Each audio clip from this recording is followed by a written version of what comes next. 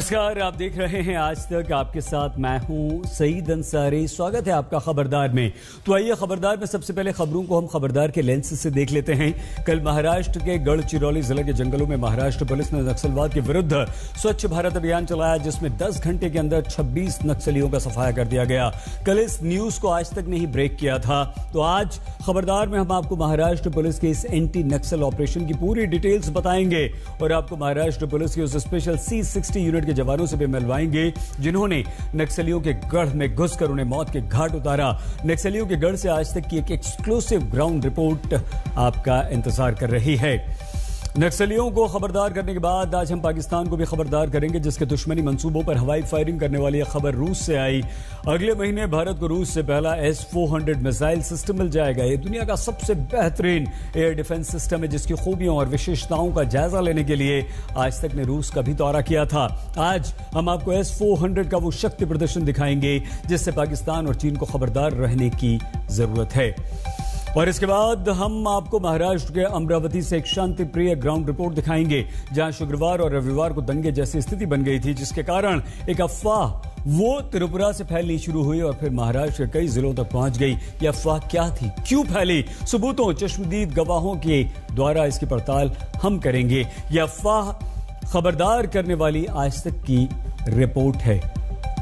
लेकिन आज खबरदार में सबसे पहले हम आपको महाराष्ट्र पुलिस के C60 कमांडोज से मिलवाएंगे और उनकी वीरता और शौर्य की गाथा सुनाएंगे, जो एक बार फिर से नक्सलियों का काल बने हैं। आज आपको हम गढ़चिरौली के उन्हीं जंगलों में लेकर चलेंगे जहां C60 यूनिट का नाम सुनते ही नक्सलियों को बुरे ख्वाब आने लगते हैं। लेकिन पहले आपको C60 यूनिट के लेटेस्ट कारनामे की पूरी डिटेल्स आइए देते हैं। महाराष्ट्र में गढ़चिरौली के जंगलों में शनिवार को महाराष्ट्र पुलिस की C60 यूनिट ने करीब 10 घंटे चले एनकाउंटर में कम से कम 26 नक्सलियों को मौत के घाट उतार दिया। कई घंटों तक चले इस एनकाउंटर में नक्सलियों के कई शिविर बर्बाद कर दिए गए, जिनकी तस्वीरें आप इस समय देख रहे हैं। गढ़चिरौली के जंगलों में अभी भी नक्सलियों के विरुद्ध ऑपरेशन चल रहा है। ये सर्च ऑपरेशन है। दरअसल महाराष्ट्र पुलिस को इनपुट मिला था कि 11 पट्टी के जंगलों में कई नक्सली छिपे हैं और खबर मिलते ही उनकी तलाशी में C60 यूनिट के जवान शनिवार सुबह निकल पड़े, लेकिन नक्सलियों को पुलिस के ऑपरेशन की भनक लग गई। जानकारी के अनुसार सबसे पहले नक्सलियों ने ही पुलिस पर गोलीबारी की। जवाबी कार्रवाई में C60 के जवानों ने 26 नक्सलियों को ढेर कर दिया। मुठभेड़ में हमारे 3 जवान घायल भी हुए।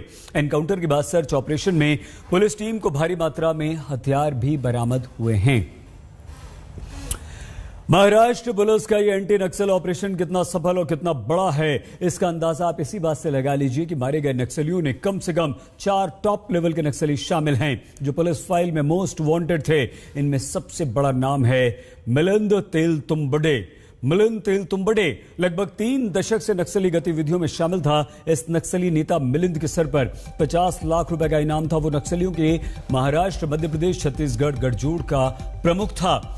इस पूरे इलाके में मिलिंद ही स्थानीय युवकों की भर्ती किया करता था, उनको हथियारों की ट्रेनिंग दिया करता था। ऑपरेशन प्लान को अंजाम देने की जिम्मेदारी मिलिंद तेलतुंबडे की ही थी। NIA ने उसे भीमा कोरेगांव में हुई हिंसा के मामले में भी आरोपी बनाया था। मिलिंद के विरुद्ध UAPA समेत करीब 2 दर्जन बेहद गंभीर मुकदमे भी दर्ज हैं।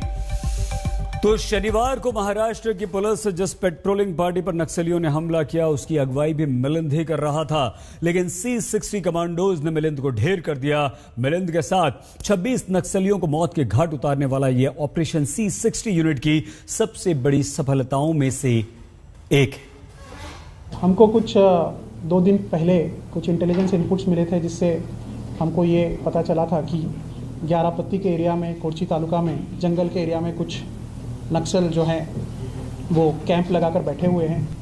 ये इन्फॉर्मेशन मिलने के बाद हमने एडिशनल SP ऑपरेशंस सौम्य मुंडे, इनके नेतृत्व में C60 और SAC के कुछ पार्टीज़ वहाँ सर्चिंग करने के लिए भेजे थे। परसों रात को जब वो सर्चिंग चल रही थी, परसों रात को मतलब कल अर्ली मॉर्निंग 6 बजे के आसपास नक्सलियों ने हमारी पार्टीज़ पर हेवी फायर किया। हमारी पार्टीज़ ने भी रिटेलिएट किया। वो टेरेन कुछ ऐसा है, पहाड़ है, चट्टाने हैं, नक्सल वहाँ पर छुप कर बैठे हुए थे और कंटिन्यूस हमारी पार्टीज़ पर काफ़ी हैवी फायरिंग और अटैक कर रहे थे। हमारी पार्टीज़ रिटेलिएटरी फायर कर रही थी और अपनी जगह पर डटी हुई थी।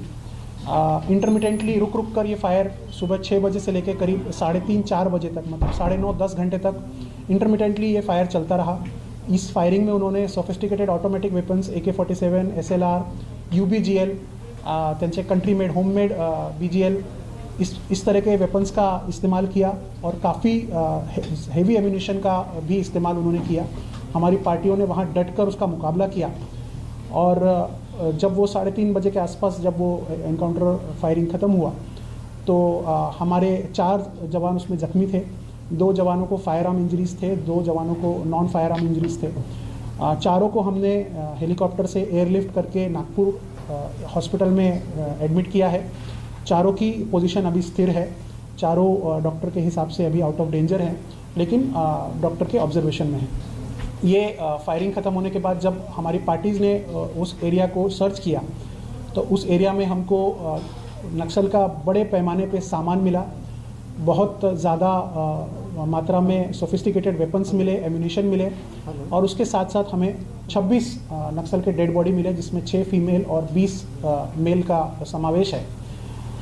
वो सारा सामान SOP के हिसाब से हम लोग नक्सल के डेड बॉडीज़ सारे कोटगुल पोस्ट में लेके आए और आज पोस्ट हमारी सारी पार्टीज़ और डेड बॉडीज़ और सारा सामान आज गढ़चिरौली में लाया गया। गढ़चिरौली में लाने के बाद जो हमारा स्टैंडर्ड ऑपरेटिंग प्रोसीजर है उसके हिसाब से डेड बॉडीज़ जो सरेंडर्ड नक्सल्स को दिखाई गई, तो सरेंडर्ड नक्सल्स ने प्राइमरी उनकी पहचान की है, जिसमें से 16 डेड बॉडीज़ को उन्होंने पहचाना है, जिसमें मिलिल तेंतुमड़े जो कि एक सेंट्रल कमेटी मेंबर है। SP अंकित गोयल ने पूरी बात आपको बताई। तो हाल ही के दिनों में नक्सलियों के विरुद्ध ये सबसे बड़ी कार्रवाई, इस बड़े एक्शन के अंजाम देने वाले सभी जवान महाराष्ट्र पुलिस की एलीट C60 यूनिट के कमांडोज थे, जिन्हें जाना ही जाता है नक्सलियों के काल के नाम से। इस यूनिट को विशेष रूप से 1992 में नक्सल हिंसा से निपटने के लिए ही स्थापित किया गया था। इस यूनिट में राज्य पुलिस से 23 तर्रार 60 जवानों को छांट कर शामिल किया जाता है। विशेष हथियारों से लैस ये जवान नक्सलियों की तरह जंगल में रहकर उनका खात्मा करते रहते हैं। C60 में शामिल पुलिस वालों को गुरिल्ला युद्ध के लिए भी तैयार किया जाता है। अपने गठन से लेकर अब तक C60 यूनिट नक्सलियों के विरुद्ध कई ऑपरेशंस को अंजाम दे चुकी है, जिनमें से एक शनिवार को पूरा हुआ, जिसमें 26 नक्सलियों को मार गिराया गया।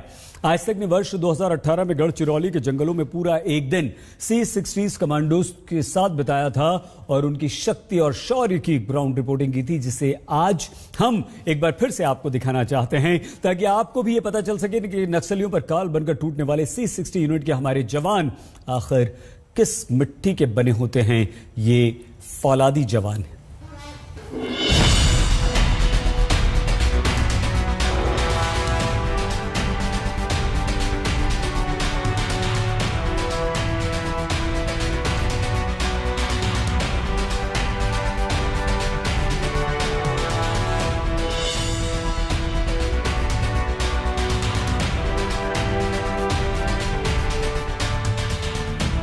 मुंबई से करीब 900 किलोमीटर दूर गढ़चिरौली के ये घने जंगल, जहां नक्सलियों का राज चलता है, जिनका ढूंढ ढूंढ कर सफाया करने जाते हैं महाराष्ट्र पुलिस की C60 यूनिट के ये जवान।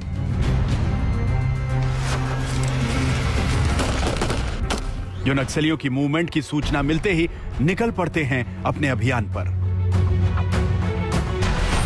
ऐसे ही एक अभियान पर शनिवार सुबह निकले थे C60 के जवान, जो शाम को अपने साथ 26 नक्सलियों की डेड बॉडी लेकर लौटे। हमने एडिशनल SP ऑपरेशंस सौम्य मुंडे, इनके नेतृत्व में C60 और SAC के कुछ पार्टीज वहां सर्चिंग करने के लिए भेजे थे। परसों रात को जब वो सर्चिंग चल रही थी, परसों रात को मतलब कल अर्ली मॉर्निंग 6 बजे के आसपास नक्सलियों ने हमारी पार्टीज पर हेवी फायर किया। हमारी पार्टीज ने भी रिटेलिएट किया। हमारी पार्टियों ने वहां डट कर उसका मुकाबला किया। वर्ष 2018 में भी C60 यूनिट ने गढ़चिरौली के इन्हीं जंगलों में 2 दिन के अंदर 40 नक्सलियों को ढेर कर दिया था, जिसके बाद आज तक की टीम इन जवानों से मिलने ग्राउंड जीरो तक पहुंची थी। उस दिन भी हमेशा की तरह C60 की टीम पेट्रोलिंग मिशन पर निकलने के लिए तैयार थी।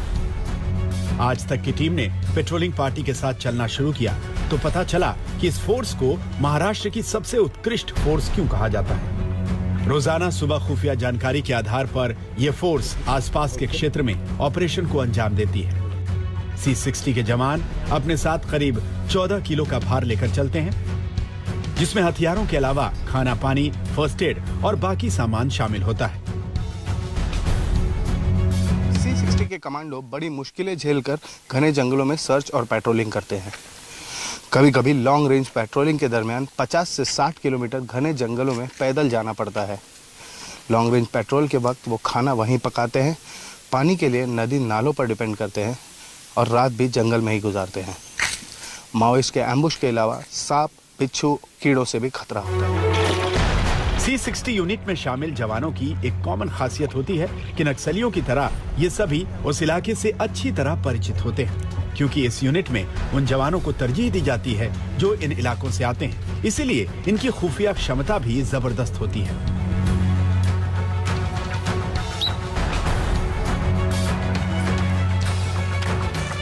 C60 में शामिल पुलिस जवानों को गुरिल्ला युद्ध के लिए भी तैयार किया जाता है और जंगल वॉरफेयर की ट्रेनिंग मिलती है।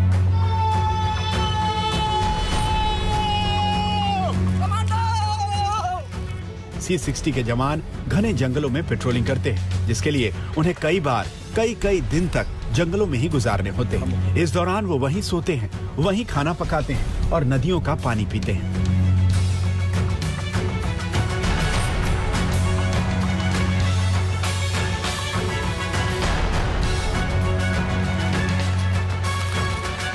हम तो मतलब शुरुआत में शॉर्ट रेंज पेट्रोलिंग या फिर लॉन्ग रेंज पेट्रोलिंग ऐसे जाते हैं। शॉर्ट रेंज पेट्रोलिंग में हम क्या करते हैं, डिस्टेंस थोड़ा कम रहता है और एक दिन में ही वापस आना पड़ता है। तो और लॉन्ग रेंज पेट्रोलिंग में हमको एक दिन का नाइट हॉल्ट या फिर 2 दिन का या फिर कभी कभी 3 दिन का भी नाइट हॉल्ट रहता है और उसमें हमारा मतलब डिस्टेंस जो रहता है वो भी बहुत ज़्यादा रहता है। उस दरमियान हमको लॉन्ग रेंज पेट्रोलिंग में हमको साथ में हमारा सामान भी मतलब खाना बनाने का, इसलिए ड्राई राशन लेना पड़ता है। उसके साथ हमको मेडिकल किट भी रहता है। मैं जादव साहब के साथ 2 दिन के अभियान के लिए गया था, जो कि वो बरसात का टाइम था। उस वक्त हमें कितने किलोमीटर गए थे जंगल में? तकरीबन 25-30 किलोमीटर गए थे और 2 दिन का ऑपरेशन था और हमें इंट मिली थी कि महावाड़ा पहाड़ी में कोई नक्सल है। तो नक्सल को सर्च करने के लिए हम पहाड़ी पे चढ़े थे। उस टाइम खूब बारिश आया और बारिश का ही सीजन था। जब मैं उतरता था तो मेरा पैर फिसल गया पत्थर से, तो मैं घिसटते हुए काफ़ी दूर तक चला गया।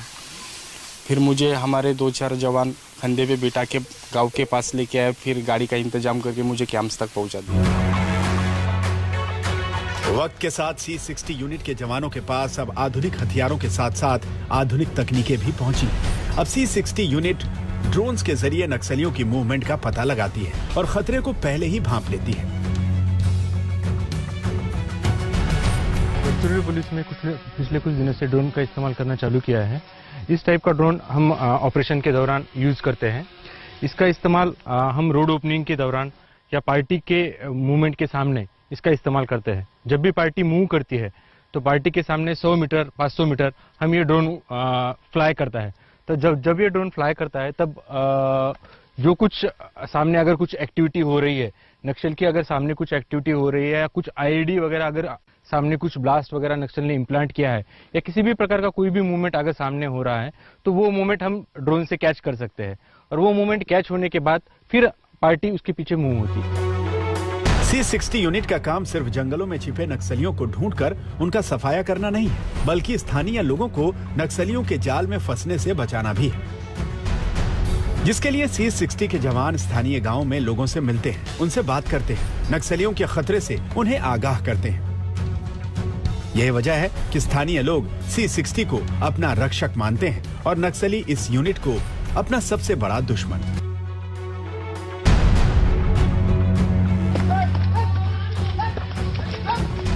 लेकिन C60 का मकसद सिर्फ नक्सलियों को मौत के घाट उतारना ही नहीं है। वो नक्सलियों के परिवार, नाते, रिश्तेदारों से मिलकर उन्हें सरकार की योजनाओं के बारे में बताकर समाज की मुख्य धारा में उन्हें जोड़ने का काम भी करते हैं। उधर का लाइफ और इधर का लाइफ बहुत अंतर है। मतलब उधर अभी जो पहले बताया वैसी पानी का, खाना का ठीक से नहीं मिलता था। इधर का अभी बिंदास है, हमको मतलब इधर भटकना नहीं पड़ता। रोजी पानी के लिए हम कुछ न कुछ कमा के खा सकते हैं। अभी माओइस्ट मतलब वो लड़ने का मकसद ये नक्सल का नेता लोग है तो केंद्र कमेटी वगैरह उन्होंने वो बता रहा है कि अपना मार्क्सवादी लेनिनवादी सिद्धांत को पकड़ के लड़ने का, वो वहाँ चीन में कैसे लड़ा, रूस में कैसे, इस तरीके से वहाँ बता रहा था। लेकिन वो बताने का और यहाँ का गढ़चिरौली का युद्ध को देखने से बहुत अंतर दिख रहा था। मैं गया दलम पे और 3 साल काम किया मैं दलम पे। वो गांव में आया और मीटिंग करके हमको रास्ता दिखाने को चला ऐसा बोला, इसलिए हम गया। वो 3-4 दिन उधर ज रखा मेरे को।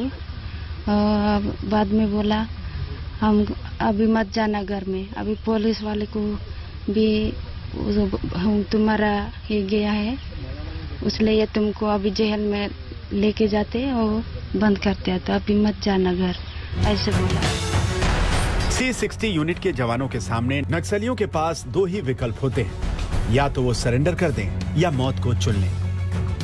जैसा कि शनिवार को हुआ गढ़चिरौली के इन्हीं जंगलों में, जब 26 नक्सलियों को ढेर करके C60 ने अपनी शक्ति का प्रदर्शन किया। दिवेश सिंह के साथ आज तक ब्यूरो।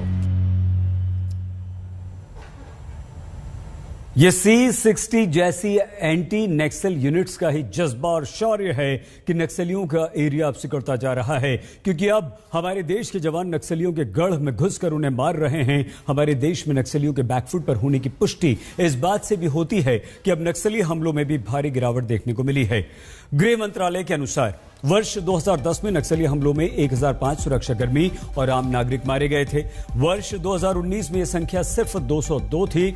वर्ष 2015 से अगस्त 2020 के दौरान 4022 नक्सली अलग अलग राज्यों में सरेंडर कर चुके हैं, जबकि इसी दौरान 871 नक्सलियों को सुरक्षाकर्मियों ने एनकाउंटर में मार भी गिराया है। कभी तमिलनाडु से नेपाल तक रेड कॉरिडोर का दावा करने वाला नक्सलवाद अब अंतिम सांसें गिन रहा है। केंद्रीय गृह मंत्रालय की ताजा रिपोर्ट के अनुसार नक्सलवाद अब हमारे देश के 10 राज्यों के 70 जिलों तक सिमट कर रह गया है। हमारे देश के 8 राज्यों के सिर्फ 25 जिले ही नक्सलवाद से बहुत ज्यादा प्रभावित हैं, जबकि उत्तर प्रदेश से नक्सलवाद का सफाया किया जा चुका है। और इसी का यह असर है कि 2009 से 2014 के मुकाबले 2015 से 2020 के दौरान नक्सली वारदात में 47% की कमी आई। ये आंकड़े साफ गवाही देते हैं कि हमारे देश में नक्सलवादियों के गढ़ अब कमजोर पड़ रहे हैं और हमारे देश की सेना और जवान नक्सलियों पर बहुत भारी पड़ रहे हैं। शनिवार को गढ़चिरौली में 26 नक्सलियों को मौत के घाट उतार दिया गया। सुरक्षा बलों के लिए ये एक बहुत बड़ी सफलता है। इसके साथ अगली खबर भी हमारे देश के जवानों की है। आज हमारे पास हमारे देश की शक्ति और मनोबल बढ़ाने वाला एक ये शुभ समाचार। अब भारत को रूस से सबसे advance air defence missile system मिलना शुरू हो गया। इसका नाम है S-400 मिसाइल सिस्टम। 2016 में भारत और रूस के बीच इस मिसाइल सिस्टम को लेकर एक समझौता हुआ था, जिसके तहत रूस भारत को S-400 मिसाइल सिस्टम देगा और आज इस समझौते की शुभ घड़ी आ गई है। भारत रूस से 5 S-400 डिफेंस सिस्टम खरीद रहा है, जिसकी लागत 40,000 करोड़ रुपए है। S-400 मिसाइल सिस्टम दुनिया का एक सबसे बेहतरीन एयर डिफेंस सिस्टम है। इस मिसाइल के एक साथ कई हवाई हमले जैसे दुश्मन के फाइटर प्लेन, क्रूज मिसाइलों को हवा में ही ये मिसाइल सिस्टम खत्म कर सकता है।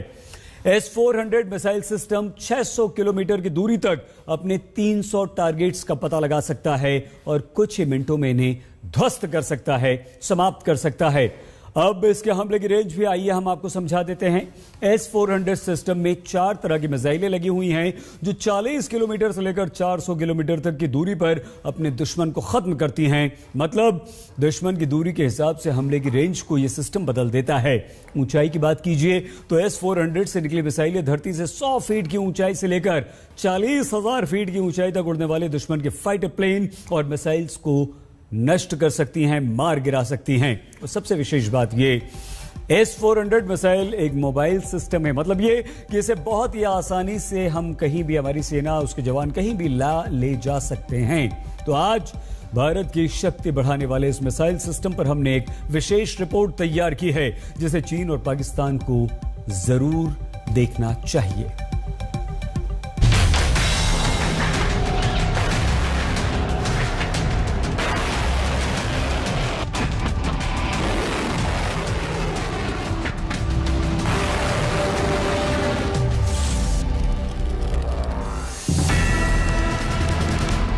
ये दुनिया का वो advance air defence missile system है जो पलक झपकते ही हवा में दुश्मन की मिसाइल और फाइटर प्लेन दोनों को निपटा देगा।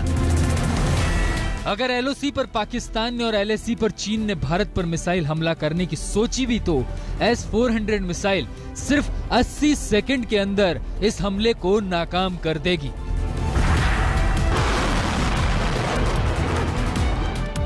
S-400 मिसाइल के कमाल को आसान भाषा में समझिए।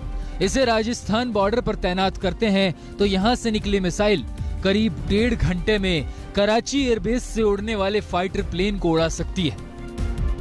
अगर एलएसी पर चीन भारत पर हमला करने की सोचता है तो लेह बॉर्डर से S-400 से निकली मिसाइलें चीन के काशगर एयरबेस को ध्वस्त कर सकती है।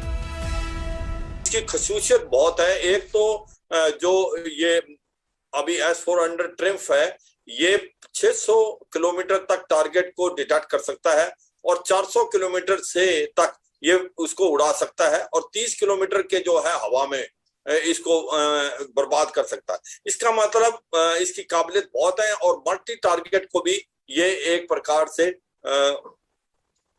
एक्ट कर सकता है और ये एक ऑटोमेटिक सिस्टम है। तो इससे कोई बेटर आधुनिक सिस्टम नहीं है। और अगर आपको मैं माइंड ले जाऊं कि अभी चीन ने भी इसको S-400 ने लाइन ऑफ एक्शन कंट्रोल में लगाने की सोची है। अगर हमारे पास जो पहली रेजिमेंट आएगी, अगर हम भारत लगाता है पाकिस्तान से, तो भारत की जो एयर डिफेंस कैपेबिलिटी है उसमें बहुत इजाफा होगा।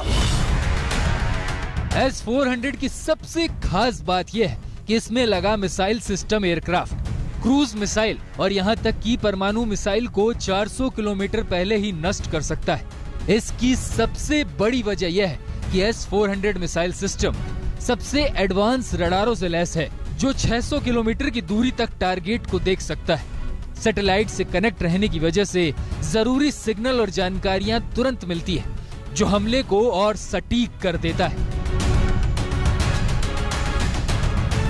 आज आपको रूस की उस फैक्ट्री में लेकर चलते हैं जहां S-400 का निर्माण किया जाता है। आज तक की टीम पिछले साल इस फैक्ट्री के अंदर पहुंची थी जहां भारत के लिए S-400 मिसाइल सिस्टम को तैयार किया जा रहा था। Inside the test facility of the location outside St. Petersburg where India's S-400 anti-air missile systems will be produced. This is the Northwest Production Center of the Almaz Ante, the concern that will be manufacturing the S-400 for India. Where I am right now, the first entry point that we've been brought to is the very important test center. S-400 की एक और खास बात यह है कि ये बड़ी आसानी से एक जगह से दूसरी जगह पर ले जाया जा सकता है और सिर्फ 5 मिनट के अंदर हमले के लिए तैनात किया जा सकता है। इसके अलावा ये मिसाइल सिस्टम एक साथ 36 टारगेट पर निशाना लगा सकता है। There's absolutely no dispute over the capabilities of the S-400. I mean, this is an air defense system that is widely acknowledged by people and experts all over the world to be one of the finest air defense systems ever built. Bharat को S-400 missile system मिलने के बाद Indian air force की ताकत कई गुना बढ़ने वाली है। जैसा कि पहले से ही तय था कि साल के अंत तक भारत को S-400 air defence missile system की पहली खेप मिलना शुरू हो चुकी है। फिलहाल अब इसकी असेंबलिंग प्रोसेस के बाद भारत का नया आसमानी कवच तैयार हो जाएगा। अब ये तय है कि इस मिसाइल सिस्टम की डिलीवरी से भारतीय वायुसेना की सर्विलांस और हमला करने की ताकत कई गुना बढ़ जाएगी। कि L-70 को सुदृढ़ करने के लिए, मजबूत करने के लिए, उसको रिप्लेस करने के लिए और फाइटर इंडियन एयरफोर्स को शक्ति प्रदान करने के लिए एक ऐसा एयर डिफेंस वेपन सिस्टम लें जो विश्व का बेस्ट हो, और वो है S-400। विश्व का best air defence weapon system है। और इसीलिए एक जमाने में एयर चीफ मार्शल होते थे BS धनोआ, उन्होंने क्या कहा? उन्होंने कहा S-400 का प्रोक्योरमेंट गेम चेंजर साबित होगा और ये बूस्टर डोज है इंडियन एयरफोर्स के लिए और एयर डिफेंस के लिए, एयर डिफेंस सिक्योरिटी ग्रिड के लिए। S-400 सिस्टम के मुख्य रूप से 3 हिस्से हैं, जिसमें पहला हिस्सा टारगेट मैनेजमेंट रडार सिस्टम जो दुश्मन की दूरी तय करता है। इसके बाद आता है कमांड सेंटर, जो दुश्मन के हमले की दूरी तय करके मिसाइल लॉन्चर को हमले का निर्देश देता है। और तीसरा हिस्सा है मिसाइल लॉन्चर, जिसमें से मिसाइल अपने टारगेट पर हमला करने के लिए निकल पड़ती है। S-400 सिस्टम में advance 92N6E electronic steered phased array radar लगा हुआ है, जो 600 किलोमीटर की दूरी पर मौजूद 300 टारगेट का पता लगा सकता है। यानी दुश्मन कितने हमले करने वाला है, इस मिसाइल को पहले से जानकारी मिल जाती है। इतना ही नहीं, 50 डिग्री वाली भीषण गर्मी हो या -70 डिग्री की कड़ाके की ठंड, ये हर मौसम में दुश्मन पर हमला कर सकती है। यानी पाकिस्तान और चीन जैसे देश भारत पर हवाई हमला करने से पहले कई बार सोचेंगे, क्योंकि ये दुनिया का सबसे बेहतरीन महाबली हथियार है।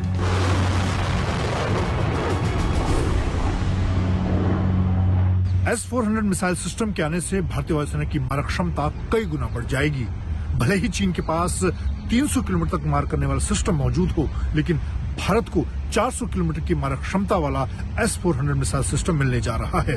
और आने वाले दिनों में S-400 मिसाइल सिस्टम और रफाल की दोहरी ताकत चीन और पाकिस्तान दोनों ही मोर्चों पर दुश्मन के खिलाफ भारी पड़ेगी। मंजित नेगी, दिल्ली, आज तक। भारत और रूस के बीच हुई S-400 मिसाइल डील से पाकिस्तान पिछले कई वर्षों से परेशान है। पाकिस्तान पर इस बात का दबाव है कि अब भारत एक क्लिक पर पाकिस्तान के हवाई हमलों को फेल कर सकता है। पाकिस्तान की मीडिया में भारत की बढ़ती हुई शक्ति को लेकर किस तरह की चर्चाएं होती रही हैं, इसकी कुछ झलक आइए हम आपको दिखाते हैं। इंडिया जो है वो S-400 मिसाइल सिस्टम जो है वो ले रहा है। पाकिस्तान भी खरीदना तो चाहता था, लेकिन ऑब्वियसली हमारे पास इतने पैसे नहीं हैं। That is a reality. India ने $5.5 बिलियन का रशिया से लेना है। रशिया से क्यों लेना है भाई? आखिर ये क्या है, ये S-400 डिफेंस सिस्टम, ये क्या भला है? इसकी अहमियत क्या है, क्यों जरूरी? अब ये इसके बहुत सारे सिनेरियो हैं। S-400 इंडिया जारी बात है वो ले रहा है। एक तो उनके पास पैसे हैं, वो ले सकते हैं। बड़ा दे गॉट वो कहते हैं कि जी हम जहां जाते हैं हम पैसे टेबल पे रखते हैं और हम ले लेते हैं। कहा जाता है कि S-400 जो है वो तकरीबन पाकिस्तानी कोई तकरीबन $1 अरब का एक जो उसका यूनिट है वो मिलता है। पहले ये S-300 था, ये उसी फैमिली से S-400 है। डिफेंस सिस्टम को रखना आम बात नहीं है, क्योंकि इसके लिए आपके पास पॉलिटिकल मसल्स चाहिए, आपकी स्ट्रेटेजिक कैपेसिटी चाहिए और आपकी फाइनेंशियल जो कैपेसिटी वो चाहिए। अब आप पूछें कि S-400 के पीछे, ये जो रशिया का S-400 है, इसके पीछे क्यों लगा हुआ है इंडिया? इसके पीछे क्यों लगा हुआ है टर्की? इंडिया में वैसे ये ख्याल है कि शायद ये आने वाले दिनों में पाकिस्तान खरीदने जा रहा है। ठीक है, वहां पे एक तासुर ये है कि पाकिस्तान ये S-400 लेने जा रहा है, इसलिए इसको ले लो जल्दी से। अच्छा, इसको लेते हैं रशिया से तो अमेरिका पाबंदियां लगाता है और आपके सारे जो मुआहदे सारे खत्म करता है। रशिया के दिफा और इंटेलिजेंस शोबे में जो तिजारत पर अमेरिकन सैंक्शंस थी, और इन सैंक्शंस की धमकियों के बावजूद हम देखते हैं कि भारत जाकर रशिया से $5 बिलियन का जो फिजाई दिफाई सिस्टम है उसको खरीदने का अग्रीमेंट भी कर आ जाता है। तो क्या भारत और रशिया अब जो है उन पर कोई नई पाबंदियां अमेरिका की जानिब से आयद की जाएंगी, या ये कोई एक नई टीम अप हो रही है इसी एरिया में, हमारे नेबरहुड में? और भारत असला खरीदने के जुनून में मुब्तला है। वो गोया अपने आप को इस खित्ते की सुपर पावर बनाना चाहता है, चीन के मुकाबले में खड़ा होना चाहता है। यही वजह है कि तशवीश सिर्फ अमेरिका ने जाहिर नहीं की है, चीन ने भी जाहिर की है। इस वक्त लगता है कि रूस अपने पुराने हलीफ के साथ खड़ा है और उनका नया हलीफ अमेरिका भी बढ़ चढ़कर उस दौर में शामिल हो गया है। अफगानिस्तान से हमारे बड़े बिरादराना ताल्लुकात थे। हमने देखा भारत ने अफगानिस्तान की जानिब रुझान शो किया तो अफगानिस्तान हमसे थोड़ा सा जो है बदजन होता हुआ भी नजर आया है। अब वो रशिया की जानिब, यानी जो पाकिस्तान का इन अ वे स्ट्रेटेजिक पार्टनर बन रहा है उसकी इकोनॉमी के लिए या सीपैक के पॉइंट ऑफ व्यू से, अब भारत उनकी जानिब बढ़ता हुआ नजर आ रहा है। तो इस तमाम सिनेरियो का पाकिस्तान पर क्या असर होगा? नए हथियार खरीदने हैं। अब ये किसके लिए खरीदने हैं? ये हमारे लिए खरीदने हैं ना, और किसके लिए खरीदने हैं? अगली खबर, अफवाह की रफ्तार कभी कभी रोशनी से भी तेज होती है और जब ऐसा होता है तो महाराष्ट्र में हुई हिंसा जैसी दुखद घटनाएं होती। बांग्लादेश में कुरान के अपमान की अफवाह से हिंदू विरोध में हिंसा हुई। उसके नाम पर त्रिपुरा के अगरतला में विरोध प्रदर्शन हुआ। फिर उसके बाद त्रिपुरा के नाम पर महाराष्ट्र के 4 जिले भी पिछले 2 दिन से सुलग रहे हैं। मतलब यह हुआ कि अफवाह की आग ने पहले बांग्लादेश में हिंसा फैलाई, फिर उसने त्रिपुरा को अपनी चपेट में लिया और उसके बाद अमरावती समेत महाराष्ट्र के 4 जिले इस आग में जलने लगे। निराधार आरोपों पर शुरू हुई हिंसा ने बड़े पैमाने पर अपना असर दिखाया। सुनी सुनाई बातों पर विरोध प्रदर्शन हुए और उसके बाद कानून व्यवस्था का मजाक उड़ा। आइए हम आपको सिलसिलेवार ढंग से बताते हैं कि आखिर हुआ क्या था। 15 अक्टूबर को बांग्लादेश के कुमिल्ला में दुर्गा पूजा पर एक अफवाह फैल गई। यह अफवाह थी कि कुरान के अपमान किया गया है और इस अफवाह के नाम पर बांग्लादेश में कई जिलों में हिंदू विरोधी हिंसा हुई। इस हिंसा में हिंदुओं के दर्जनों घरों में आग लगा दी गई। इस्कॉन समेत कई मंदिरों में तोड़फोड़ की गई। 7 लोगों की मौत हो गई, कई लोग घायल हुए। बांग्लादेश में हिंदू विरोधी हिंसा का गुस्सा सबसे पहले त्रिपुरा में दिखाई दिया। त्रिपुरा में हिंदूवादी संगठनों ने बांग्लादेश के विरुद्ध प्रदर्शन करने की योजना बनाई। तय हुआ कि लगभग 1 हफ्ते तक अलग अलग जिलों में हम विरोध प्रदर्शन करेंगे। 21 से 26 अक्टूबर तक त्रिपुरा के कई इलाकों में बारी बारी से प्रदर्शन हुए। राजधानी अगरतला, गोमली, धर्मनगर, पानी सागर में कई रैलियां हुई। इन रैलियों के दौरान उपद्रव की खबरें भी आईं। कुछ जगहों पर प्रदर्शनकारी भीड़ की पुलिस से झड़पें भी हुई। अब त्रिपुरा में हुई इन झड़पों को अफवाहों ने हिंसा का झूठा रंग दे दिया। नई अफवाह यह फैल गई कि प्रदर्शनकारी भीड़ ने मस्जिदों में तोड़फोड़ की है, जो कि पूरी तरह से गलत था। प्रदेश के मुख्यमंत्री बिप्लब देब ने यह भी कहा कि सब हिंसा की बात गलत है, सीधे अफवाह है। लेकिन अफवाह किसी के रोके कभी नहीं रुकती और ये पहुंची त्रिपुरा से करीब 3000 किलोमीटर दूर महाराष्ट्र। मस्जिद में तोड़फोड़ की अफवाह पर मुस्लिम संगठन भड़क गए और इस कारण पिछले शुक्रवार को मुस्लिम संगठनों ने हिंसा के विरोध में एक बंद बुलाया। शनिवार को बीजेपी ने बंद का आह्वान किया। नांदेड़, वाशिम, नासिक, अमरावती में विरोध प्रदर्शन हुए। दुकानें बंद करवाई गई, पथराव हुआ, आगजनी हुई। हिंसा के बाद अब सड़कें सुनसान हैं। सबसे व्यस्त रहने वाले बाजार सूने पड़े हुए हैं। अब हम आपको अपनी एक विशेष रिपोर्ट दिखाएंगे जिसमें आपको अफवाह से फैली हिंसा और उसके बाद की स्थिति की साफ साफ तस्वीर दिखाएंगे। इस रिपोर्ट के द्वारा हम आपको ये समझाना और बताना चाहते हैं कि अफवाह सुनकर लिए गए फैसले का परिणाम क्या होता है। इसलिए अफवाह पर कभी भी विश्वास मत कीजिए।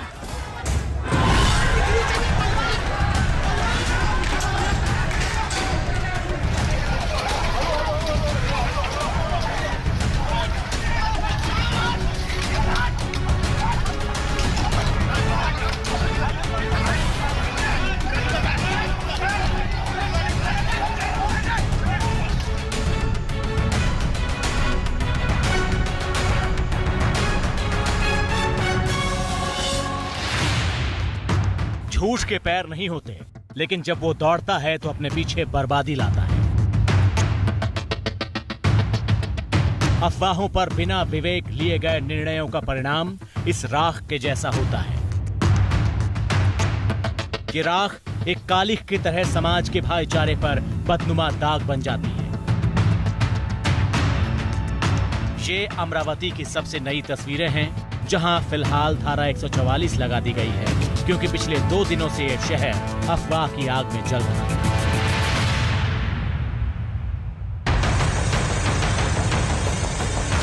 एक अफवाह से पहले त्रिपुरा में झड़पें हुई और वहां से उठी नई अफवाह की आग ने महाराष्ट्र को झुलसा दिया। भयानक उपद्रव हुआ, लोगों का गुस्सा सड़कों पर, बाजारों पर।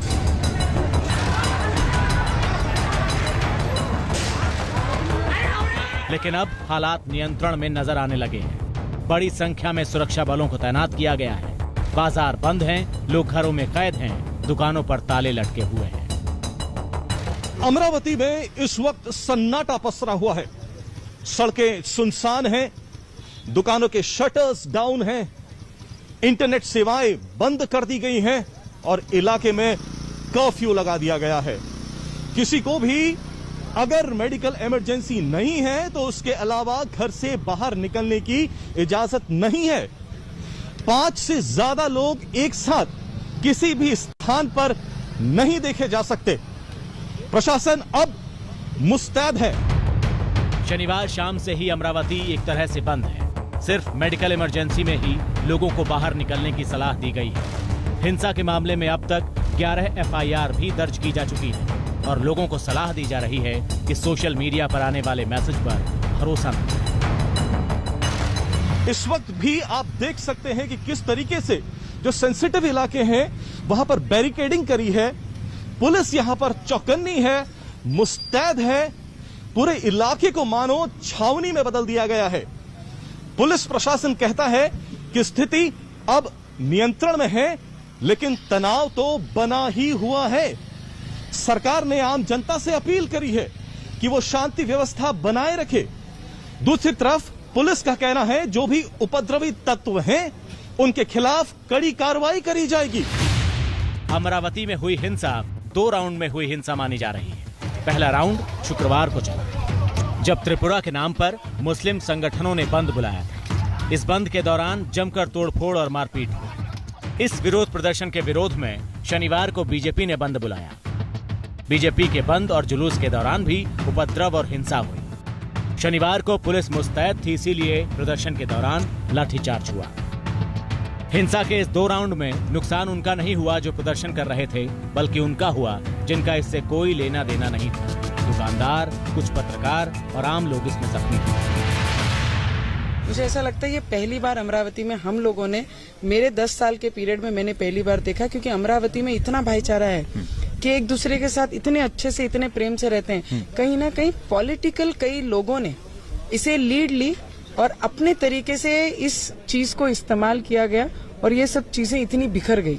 पर मुझे लगता है मैं सभी पॉलिटिकल लीडर को कल भी कहा, परसों भी कहा, इसे शांति के मार्ग से हमने निपटाना चाहिए। ये हमारे लोग हैं। अभी संजय राउत जी हैं जो हमारे कलीग हैं, he comes to parliament, he is a colleague. वो कहाँ बैठे हैं, वहाँ से हमारे अमरावती के लोगों के बारे में बोल रहे हैं और अननेसेसरी की टीका टिप्पणी कर रहे हैं। हमारे अमरावती में क्या करना चाहिए, किस तरीके से होना चाहिए, यहाँ के लोग और यहाँ की जनता खूब अच्छी तरीके से जानती है। त्रिपुरा के नाम पर महाराष्ट्र में विरोध प्रदर्शन की योजना बनाने वालों में रजा एकेडमी का नाम सामने आ रहा है। शुक्रवार को जिस मुस्लिम संगठन ने बंद का आह्वान किया था वो रजा एकेडमी ही थी। रजा एकेडमी एक सुन्नी मुस्लिम संगठन है।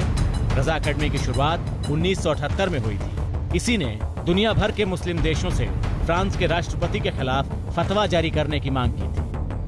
2012 में मुंबई के आजाद मैदान दंगों में इसी के 17 लोगों के खिलाफ FIR दर्ज हुई। बांग्लादेशी लेखिका तस्लीमा नसरीन के खिलाफ भी इसने हिंसक प्रदर्शन किए थे। 1988 में लेखक सलमान रश्दी के खिलाफ भी इसने फतवा जारी किया।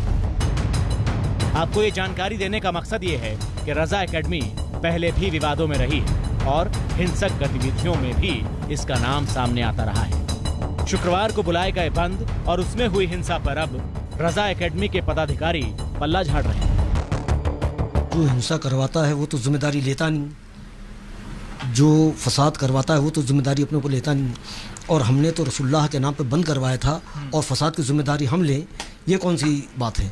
फसाद से दूर दूर का कभी हमारा ताल्लुक़ नहीं रहा। अब दुकान हमने बोला बंद करने के लिए, अब उसके अंदर चोरी हो गई तो उसके अंदर हमारी जिम्मेदार क्या है, वो चोर को पकड़ा जाए। हमने तो बोला था दुकान बंद करने के लिए ना, चोरी करने के लिए नहीं बोला था। ऐसा नहीं है कि शुक्रवार को ही तोड़फोड़ हुई। शनिवार को बीजेपी ने भी विरोध प्रदर्शन किए और उनका विरोध शुक्रवार को हुई हिंसा के विरोध में, लेकिन इसमें भी तोड़फोड़ हुई, लाठीचार्ज हुआ। हम होते हैं बस कुछ ही पलों में हाजिर। आप प्लीज अपना बहुत ख्याल रखिएगा। देखते रहिए आज तक।